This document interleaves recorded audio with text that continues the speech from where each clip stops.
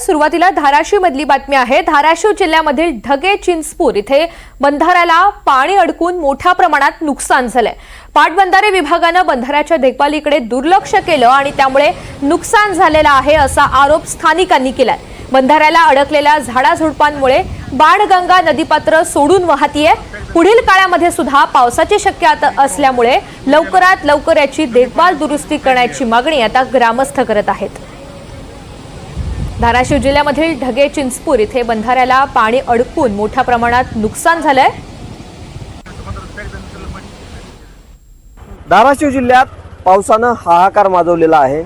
धाराशिव जिल्ह्यातील भूम तालुक्यात बाणगंगा नदीला मोठा पूर आलेला आहे आणि ह्या नदीच्या एका चिंचपूर ढगे गावातील एका बंधाऱ्यावरच्या समोर आपण या ठिकाणी आहोत। या ठिकाणी जर बघितलं तर बंधाऱ्याच्या हे जे काही मधला भाग आपल्याला दिसतोय त्याच्यामध्ये जर पाहिलं तर या ठिकाणी मोठ्या प्रमाणात बाबळी असतील, त्याचबरोबर झाडझुडपं जी आहेत ती वाहून आलेली आहेत आणि ती वाहून आल्यामुळं कुठेतरी पाणी जे आहे ते या सर्व झाडाझुडपांना अडकलं आणि आजूबाजूच्या शेतीमध्ये जे आहे ते मोठ्या प्रमाणात हे पाणी पसरलेलं आहे आणि त्यामुळं मोठ्या प्रमाणात नुकसान झालेलं आहे। आणि हे जे बंधारा जो आहे त्याच्या बाजूनं हे जे पाणी आहे ते कुठेतरी वाहताना पाहायला मिळते आणि अक्षरशः मोठ्या प्रमाणात इथली माती वाहून जाते। पात्र जे आहे ते नदी जी आहे ती पात्र सोडून कुठेतरी वाहताना या ठिकाणाहून पाहायला मिळते।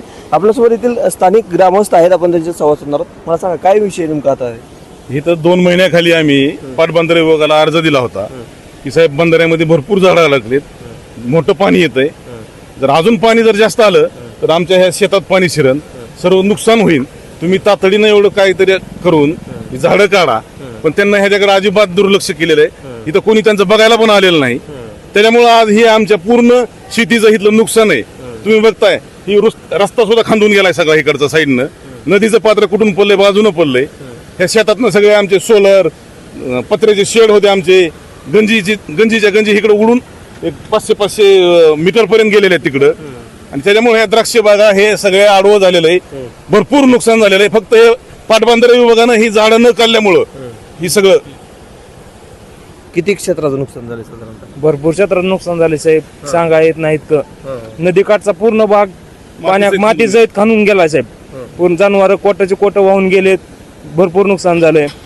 हे इथं जर बघितलं तर काही राहिलेलं नाही, द्राक्ष बागा पूर्ण उपटून गेल्या साहेब, काय नाही राहिलेलं। नक्की जर पाहिलं तर कुठेतरी पाटबंधारे विभागाकडे या ग्रामस्थांनी मागणी केली होती की हे जे बंधाऱ्याला जे काही झाडेझुडपं अडकलेली आहे ती काढून घ्यावी, मात्र पाटबंधारे विभागानंच कुठेतरी ही काढण्यासाठी त्याच्याकडे दुर्लक्ष केलं। त्यामुळं जे नदीचं पाणी आहे ते आजूबाजूच्या पात्रात घुसलं आणि मोठ्या प्रमाणात शेती शिवाराचं नुकसान झालं असा आरोप जो आहे तो येथील ग्रामस्थांनी केलेला आहे आणि आगामी काळात अशी परिस्थिती उद्भवू नये यासाठी ही जे काम आहे ते लवकरात लवकर करून घ्यावं अशी देखील मागणी त्यांनी केलेली आहे। ओंकार कुलकर्णी, NDTV मराठी, धाराशिव।